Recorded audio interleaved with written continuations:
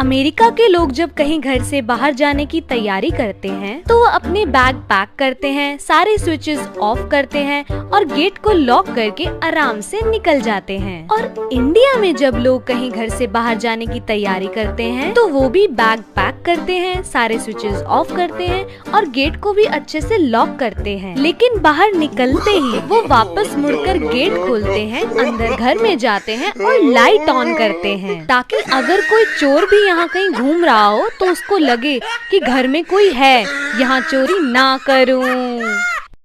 दोस्तों, रामू के पास एक तोता था। एक दिन रामू को काम से दूसरे गांव जाना था। यह बात तोते को पता चल गई। उसने रामू से कहा, मालिक, जहां आप जा रहे हैं वहां मेरे गुरु तोता रहते हैं, क्या आप उन तक मेरा एक संदेश पहुंचा देंगे? रामू बोला, जरूर। तोते ने कहा, आप उनसे कहना, आजाद हवाओं में सांस लेने वाले गुरु को एक बंदी तोते का सलाम। रामू दूसरे गाँव पहुँचा और अपना काम निपटाने के बाद वह गुरु तोते से मिला और उसे अपने तोते का संदेश सुनाया। संदेश सुनते ही गुरु तोता मर गया। रामू अपने गांव लौट आया। उसने अपने तोते को बताया कि मैंने जैसे ही गुरु तोते को तुम्हारा संदेश सुनाया, सुनते ही वह मर गया। जैसे ही तोते ने रामू की यह बात सुनी, तुरंत उसकी भी मौत हो गई। यह देखकर रामू बहुत उदास हो गया। वह मरे हुए तोते को उठाकर बाहर फेंक दिया। तभी तोता तेजी से उड़ा और बोला, मालिक, मेरे गुरु तोते ने कहा था कि अगर आजादी चाहते हो तो पहले मरना सीखो।